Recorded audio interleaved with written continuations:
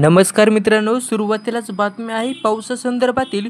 मित्रांनो, महाराष्ट्रावर पुन्हा एकदा आकाशातून संकट ओसंडून वाहत आहे आणि यावेळी परिस्थिती थोडी नाही तर खूप गंभीर आहे. राज्यातील अनेक भाग मुसळधार पावसाखाली आहेत. आजही हवामान विभागाने जोरदार पावसाचा इशारा दिलाय. कोकण आणि मध्य महाराष्ट्र व मराठवाडा व विदर्भात हे सगळे भाग धोक्याच्या सीमारेषेवर आहेत. नागपूरची परिस्थिती विशेष चिंताजनक आहे. तिथे ऑरेंज अलर्ट जाहीर करण्यात आलाय. जिल्हाधिकारी विपिन ईटकर म्हणतात, पावसाचाच कोसळत राहिला तर लष्कराची मदत घ्यावी लागेल. एनडीआरएफ, एसडीआरएफच्या टीम तिथे तैनात आहेत. लष्कराचे जवानही सज्ज झाले आहेत.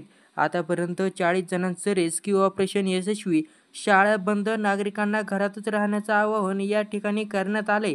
आता विदर्भात काही ठिकाणी वादळी वारे सोबतच अतिवृष्टी यांचा धोका आहे.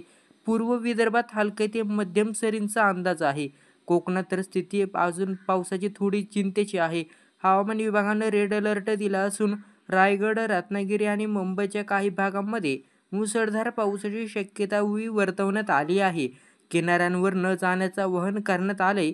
समुद्राला खवळलेला आहे. हवेत विजांचा कडकडाट आणि जोरदार वारे. मध्य महाराष्ट्रातही धोक्याच्या झोनमध्ये आहे. पुणे, सातारा, कोल्हापूर आणि सांगली जिल्ह्यामध्ये हाय अलर्ट देण्यात आलाय. घाटमाथ्यांच्या तर अतिमुसळधार पावसाचा अंदाज आहे. छत्रपती संभाजीनगर, बीड, जालना इथे मुसळधार पावसासोबत वादळी वाऱ्यांचाही इशारा देण्यात आलेला आहे.